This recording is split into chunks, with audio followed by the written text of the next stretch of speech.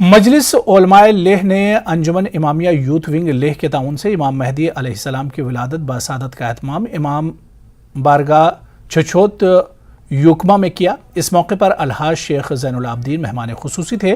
दीगर मुअज़्ज़ज़ मेहमानों में ईसी अक़लियती ग़ुलाम मेहदी और कौंसलर छछोत हल्का मिर्ज़ा हुसैन और मुमताज़ हुसैन नामज़द कौंसलर LAHDC ले भी मौजूद थे।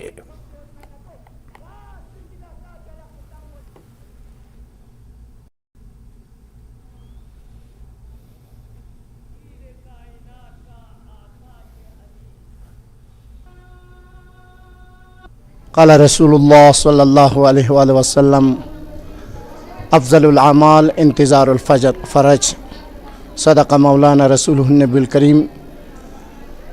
मोहम्मद और आले मोहम्मद पर दुरूद भेजने के बाद आज इमाम बड़ा युकमा में विलादत बसादत मुंजी आलम बशरियत हज़रत मेहदी की विलादत के सिलसिले में एक पुररौनक मजलिस का इन्इक़ाद किया, जो ज़ेर क़यादत मजलिस उलमा अंजुमन इमामिया यूथ विंग और युकमा के अवाम की शराकत से। तो आज हमारे उस इमाम का ज़ुहूर और उनकी विलादत का दिन है, जो अहले तशय्युअ के अक़ीदे के मुताबिक नवासे रसूल पैगम्बर अकरम सल्लल्लाहु अलैहि वसल्लम के कौल के मुताबिक कि आखिरी ज़मान में मेरे उम्मत का एक पैगाम रसां अल्लाह का वली ज़ुहूर होगा, जो दुनिया को अदल इंसाफ से भरेंगे।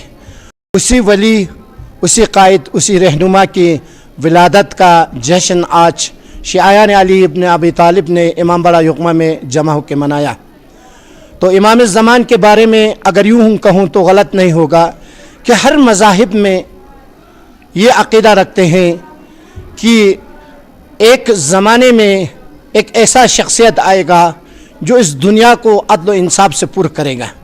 ये हर मज़ाहिब के अक़ीदा हैं, चाहे हिंदू हो, चाहे बुद्ध हो, या क्रिश्चन हो, या यहूदी हो, या मसीह हो, या शियायान अली इब्न अबी तालिब हो, या अहले सुन्नत वल जमात हो।